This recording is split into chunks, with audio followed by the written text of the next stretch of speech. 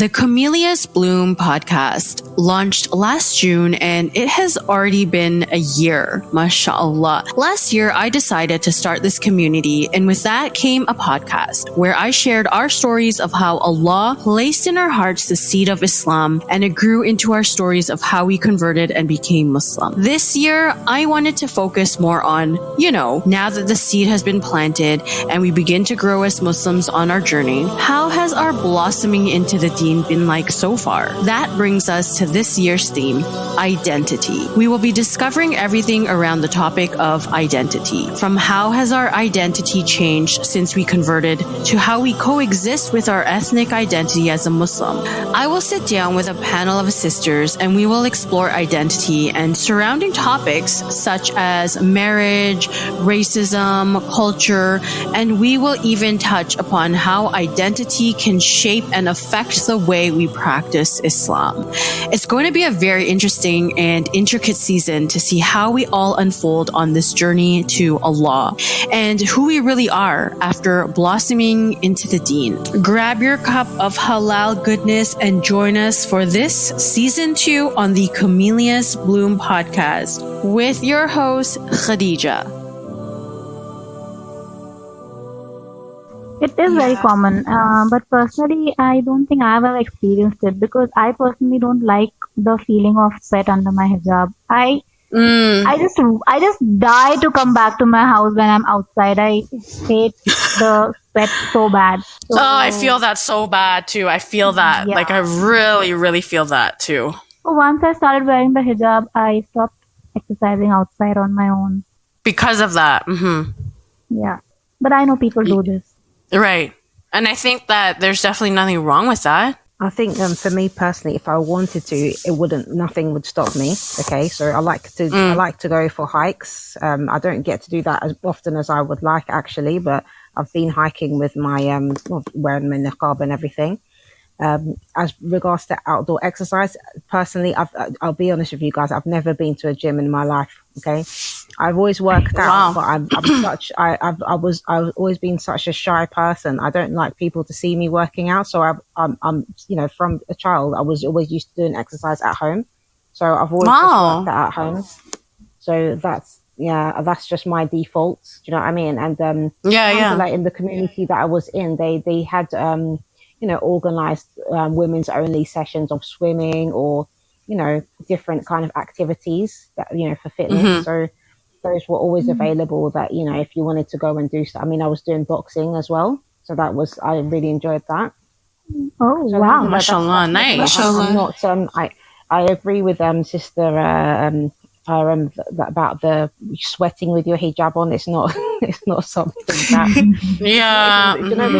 the sweating with your hijab on, but for me it's not even that, it's the hijab just being in the way, like I feel like for me personally that's like something that I don't really need to deal with. I don't mind if it's like hiking and these kind of more normal outdoor kind of walking activities, things like that. I wouldn't mind doing that. And maybe football as well, to be honest. I would probably play football outside in my niqab without being too bothered. Probably not where I am now because it's just hot all the time and I would like sweat just like, too much. But if there's an area where there's no men, then I would just like do my exercise. But I think back in the UK, definitely I wouldn't mind to play football outside in a public area. You obviously don't want there to be lots of men around, but if there are, I just wouldn't care, to be honest. That's how I feel about it. I think, I get the hiking part, people who want to, if people who want to stare and things like that will stop looking, because why are you looking? Do you know what I mean? I think people can be so critical, and it's just like, so many things that Sister Kyra has mentioned already.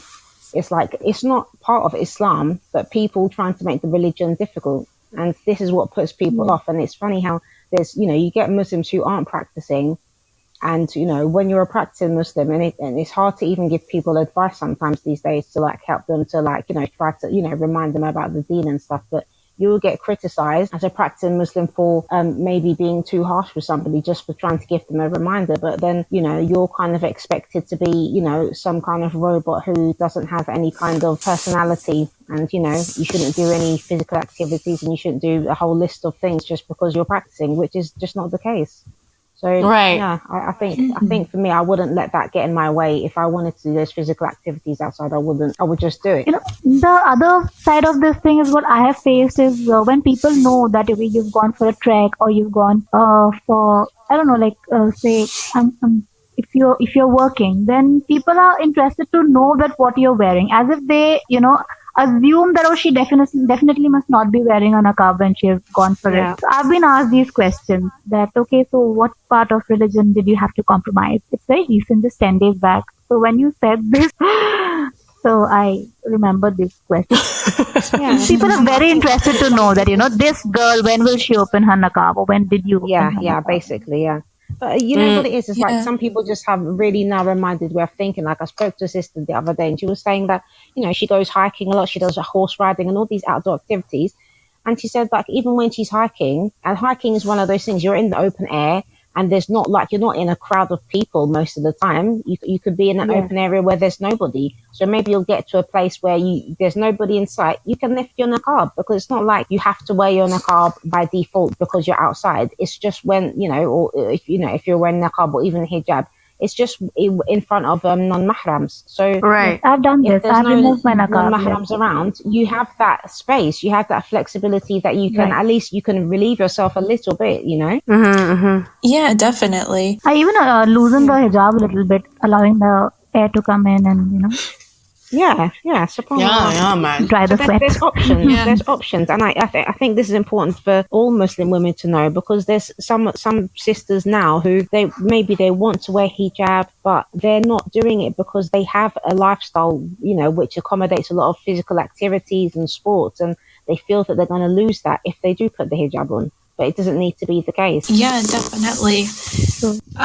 I just thought of like my own personal story because like I think especially after like wearing hijab and whatnot, like I definitely took more to hiking just because it's a lot easier to do. But like you even if you're out like by yourself, in the middle of nowhere, like I recall there was one time I got like super hot, gross, sweaty, like how we've been talking about how gross it is to have like a sweaty hijab and whatnot. And I came across a stream and like alhamdulillah nobody was there, and I just took my hijab off and like dunked my head. Wow, It that was sounds so so refreshing. So nice, yeah. So like Alhamdulillah. so yeah, alhamdulillah. So like, if there's nobody around, like it's fine to do that. Right. We don't have to be so incredibly rigid. And like it makes things hard for yourself, you know what I mean? Yes. We need to remember why we wear it. It's for the sake Exactly. of Allah and to protect from the eyes of non-mahram. So when they are not around, it's very obvious that we don't have to wear it. It's not to protect yourself from sunlight or the air. If you're outside, then just always wear it. This point, that you sisters, both sisters mentioned it. It comes back to what we was talking about earlier. Sister Kira, she mentioned Kira, sorry, she mentioned that people or that they want you to, they put all these rules on top of you. They this list of rules that you can't do this, you can't do this, even your voice, all this kind of things, putting restriction on you because you're wearing hijab now, or you're wearing niqab, and it's like you should just be in your house, in a box, in a room somewhere, and that's it. Right. So people have this kind of preconceived notion in their minds about what a practicing Muslim woman does. So then they take these ideas, I think, and then kind of, so when you do go out and do something, it's like, well, no, you can't do that because you're supposed to be in a box in this room, like inside when they Exactly. Yes. Mm-hmm. They don't That's think exactly about how it's possible. They don't think about how it's possible. They just think that no, you're not supposed to be doing that. So it's like, they don't think how it can be, how you could even do it. It's just strange, subhanAllah. But It is. It's not correct, and it's just as I said, it's making the religion difficult when it isn't. These things it shouldn't be. You put this on people, and these are the kind of things that really put people off Islam as well. Right. So And some sisters like even end up leaving Islam because they're just like, okay, well, exactly. I basically can't exist, so what's the point? Yeah. Which is not even SubhanAllah. is part of Islam at all. Exactly. So, yeah, okay. Actually, I feel people who make these rules, and mostly women make these rules for women, so they somewhere take pride in the fact that they are doing hijab and they are staying at home and they are sacrificing all the things, and then they look down upon women who, do all the sports and exercise or do whatever they want, Yeah. saying that they are compromising on hijab and we are closer to Allah. And then when they see this third category who's also doing the hijab and also playing, they're like, something must be wrong. They want to see the loophole. Yeah. I think that's exactly it. Mm-hmm. I think you brought up a really interesting and really important point too, IRM, is that a lot of times when we run into trouble, like, and pushback just in like existing, like, it comes a lot from other Muslim women. Like, it seems like there's other Muslim women who are like taking some of these out of context and out of control, to be frank, ideas of what a Muslim woman should be, like really rigid and black and white, and they're pushing them onto other Muslim women, like beyond what is required of us.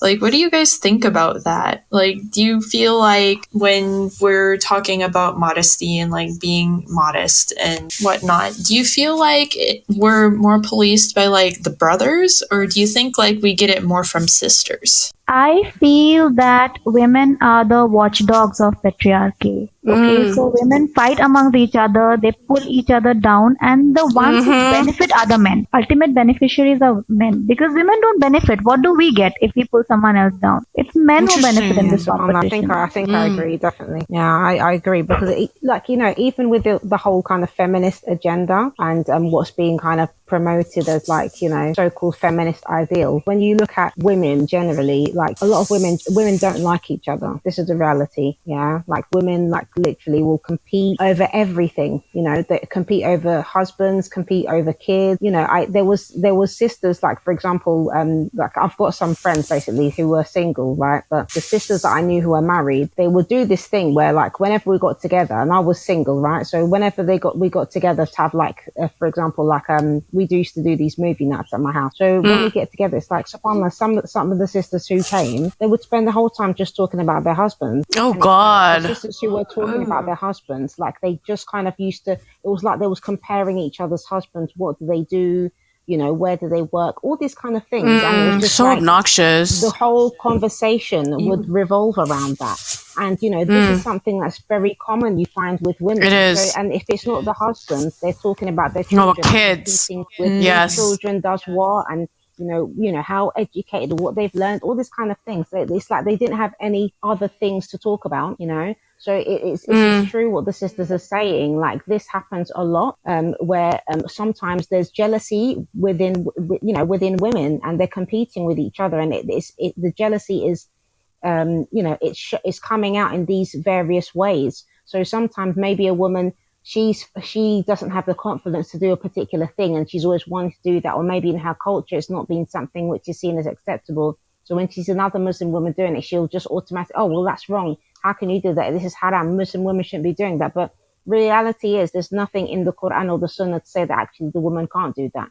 But because you either you don't want to do it, or you don't have the confidence, or maybe you never thought about doing it, you just feel like, no, it shouldn't be done. And right, you feel jealous. Then where, sometimes people have this thing. It's like, if it's not something that is done in the culture, then it just shouldn't be done at all. It's like they reject any kind of new way of doing things which could be beneficial, even if it's halal, they just reject it. Yes. This is something which is very common here, at least. Women compete in household chores and, being a homemaker, and how good I clean your house, like I clean my house, or, how well you're keeping your husband, and blah, and blah, and blah. And the conversation is just this, as you said, husbands, children, and recipients. So naturally, when we are competing in these things, who benefits? These people benefit. They get clean house. They get, all the laundry done. They get their. And we so basically, they just, like, their identity is like housewife, mother. That's it. I think this is where, our self-esteem has been reduced so much that we find our self-worth by pulling down others. Yes. And then, like, and it's sad, because that's why I think some cultures, you get the, the mother-in-law, it's like a generational trauma kind of thing. So you get these mother-in-laws who, the nightmare mother-in-laws who, they make life hell for their daughter-in-law, okay? And it's like, Right. it's almost, it's like it's something that's expected now. You know, if you come across a mother-in-law which have a good relationship with the daughter-in-law, it's like finding a gold bar, you know, in a haystack, because it's so rare. You know, it's not something that, you know, happens. It's almost expected that you've got a mother-in-law, she has to be evil, because otherwise she's not a mother-in-law. Do you know what I mean? This is this perception. And why? Because that's how she was treated. So she thinks it's acceptable to carry on doing the same thing, you know, and it shouldn't be like that. But it's like people get in their way, like, you know, doing this, you know, repeated behaviors, even though it doesn't make sense, even though it's not good. They just kind of stick with these things and then keep a cycle going. I think too, like, it's also kind of concerning as well, like when we talk about like women competing in husbands and children and house chores and recipes and stuff, that like we've allowed, well, like not us, but like, you know, as a Muslim community, we've allowed like the Muslim woman identity to be like solely defined by these things without any nuance or any depth to it, and that people are just okay with it and go along with it, and to like question your haya, like if you question it, you know, because I feel like there's like a whole kind of movement right now, and please correct me if I'm wrong, where it's like there's a certain group of people that ascribe to the thought that the only way you can be a good and pious Muslim woman is if you're married, you have kids, you stay in your home, and you don't ever leave, you know, and you like 100%. don't exist.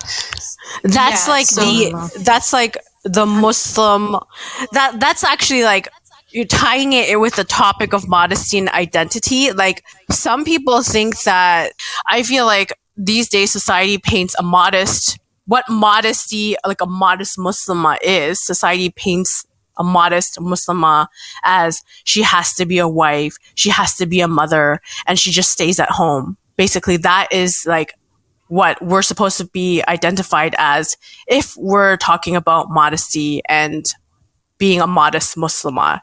You know what I mean? A modest Muslimah can't be single. She can't be like working outside.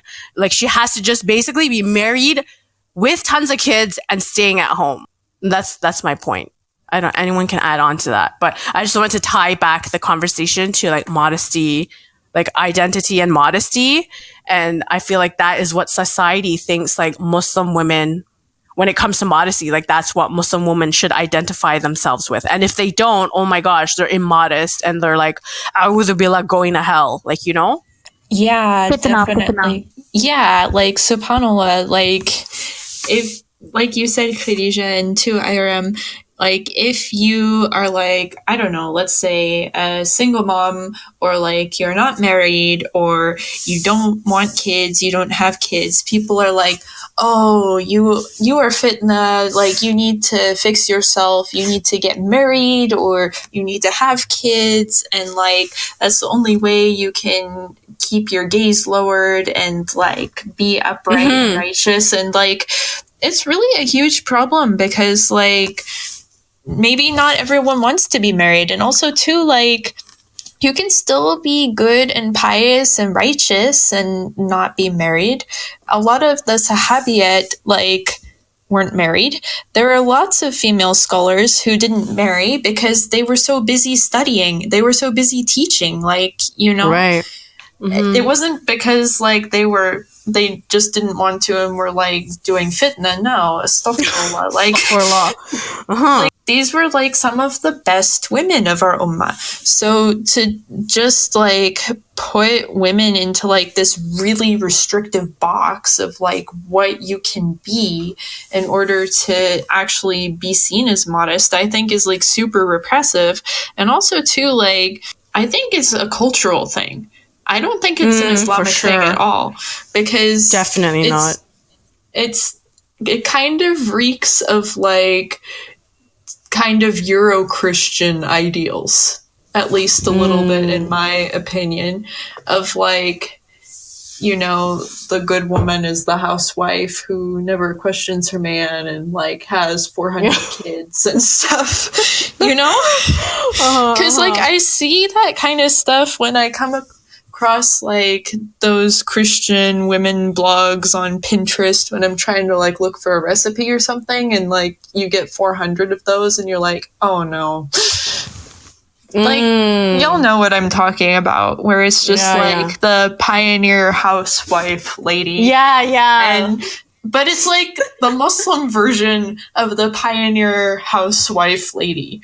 But like, that's expected of like all Muslim women. And I think that's ridiculous. How has your modesty journey flourished thus far? You know, not just with the way you dress, but the way you behave around men and women.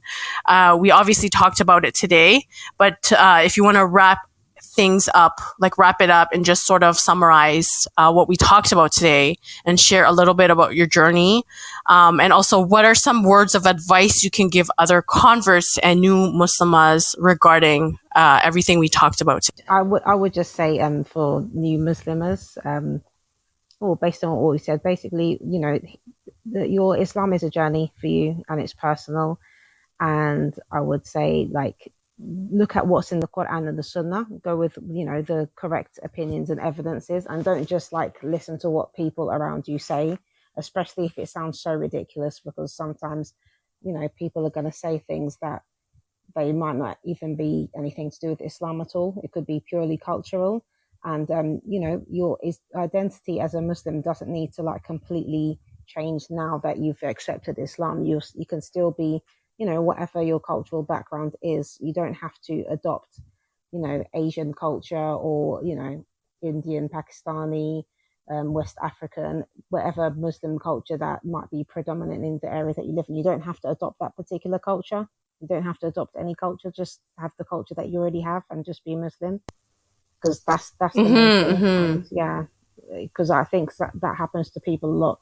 They become, especially when like they get married quickly as well after becoming Muslim, this can happen that, you know, it's like you kind of just get sucked into, if your husband is from a Muslim background, you get sucked into that culture, and it's almost like you become whatever that culture is. You expect to cook that food or, you know, dress the way that those women dress, for example, all these kind of different things, you know. So look into what Islam says properly, and make sure as well, if you aren't married, you know, look into these things before you do get married, because it will be more helpful as well, because sometimes you get married quickly and then you can have problems because of this. I think, like Samar said, I just would really stress that it's your own journey and you need to follow your own path. You can't let others around you dictate the way for you. And also, too, since it's a journey, journeys usually are not linear. So a lot of people have this expectation that like you become Muslim and then all of a sudden, like, mashallah, you're wearing hijab and then abaya and then niqab and then like you never stumble. This is not true. Like, there may be some steps back. So you might struggle with it. And this is very fine and it's very normal. I mean, I think we all struggle with aspects of modesty. Like, it's not an easy thing. So if you do step back, don't beat yourself up. Remember, Allah Azza wa Jal is our Rahman. He's the most forgiving. So even if you feel like you're going the wrong way, just always turn back to Allah and ask for guidance. And insha'Allah ta'ala, you'll be fine. And just whatever noise you're hearing from outside, like if it's not a close friend or somebody who you would trust to give advice, just block it out because you don't need it. Okay. Great. Okay, so alhamdulillah, jazakallah khair, you guys. Thank you so much for your time, and we'll reconvene inshallah next Wednesday, same time, inshallah. Inshallah. Jazakumullahu khairan, everyone. Lovely conversation. I had a very nice time talking to all of you. I know you guys, mashallah. You guys are so funny, mashallah. Okay. See you next week. Inshallah. Bye. Inshallah. Bye. Assalamu alaikum. Bye. Bye. Fi amanillah.